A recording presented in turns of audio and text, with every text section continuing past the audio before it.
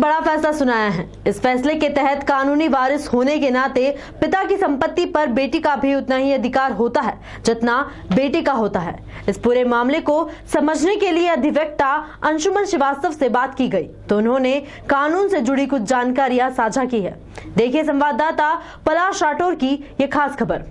अधिवक्ता अंशुमन श्रीवास्तव ने जानकारी देते हुए बताया कि हिंदू उत्तराधिकारी अधिनियम 1965 के कानून में साल 2005 में संशोधन किया गया था। इसके तहत पैतृक संपत्ति में बेटियों को बराबरी का हिस्सा देने का प्रावधान है। हालांकि लोगों को शंका थी कि यदि पिता की मृत्यु 2005 से पहले हुई तो क्या यह कानून ऐसे परिवार पर लागू होगा। इन्हीं सब सवालों का जवाब देते हुए सुप्रीम कोर्ट ने मंगलवार को न्यायाधीश अरुण मिश्रा की अगुवाई वाली पीठ ने फैसला सुनाते हुए कहा कि यह कानून बनने से पहले अर्थात साल 2005 से पहले यदि पिता की मृत्यु हो गई है तो भी पिता की संपत्ति पर बेटी को बेटे के बराबर का अधिकार मिलेगा। एक्चुअली 2005 में जो सक्सेशन एक्ट है उसमें सेक्शन 6 में अमेंडमेंट करते हुए उन जो हक एक पिता की संपत्ति में या पेरेंटल संपत्ति के अंदर एक पुत्र का होता है वो हक 2005 के अमेंडमेंट के बाद एक पुत्री को भी दिया गया और उसका उद्देश्य जेंडर डिस्क्रिमिनेशन समाप्त करने के उद्देश्य से उसको अमेंडमेंट किया गया। और अभी जो आज ऑनरेबल सुप्रीम कोर्ट ने एक डिसीजन दिया है उसमें 3 जजेस की जो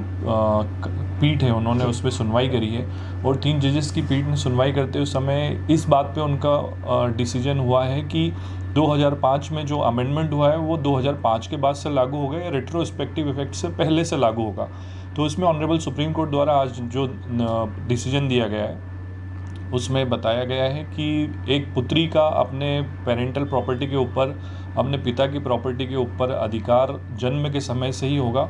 और जिस प्रकार एक पुत्र का अधिकार अपने पिता की संपत्ति पर या पैतृक संपत्ति पर होता है उसी प्रकार का अधिकार एक पुत्री का भी अपने जन्म के समय से होगा। ये निर्णय आज ऑनरेबल सुप्रीम कोर्ट ने दिया है और इस निर्णय को देते समय ऑनरेबल सुप्रीम कोर्ट के जज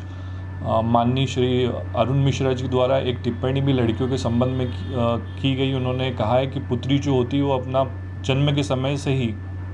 पूरे जीवन यापन तक एक पुत्री के रूप में जीवन व्यतीत करती है और एक पुत्र जो होता है वो पुत्र जब तक रहता है जब तक उसकी शादी नहीं हो जाती। तो जो टिप्पणी ऑनरेबल सुप्रीम कोर्ट द्वारा की गई है वो निश्चित रूप से महिलाओं के लिए एक बेटियों के लिए एक अप्रिशिएबल कमेंट है और मुझे ऐसा लगता है कि ये एक ऐतिहासिक निर्णय है जिससे हर घर में जहाँ जहाँ पुत्री है वो सभी परिवार वो सभी पुत्रियों को लाभान्वित होंगे।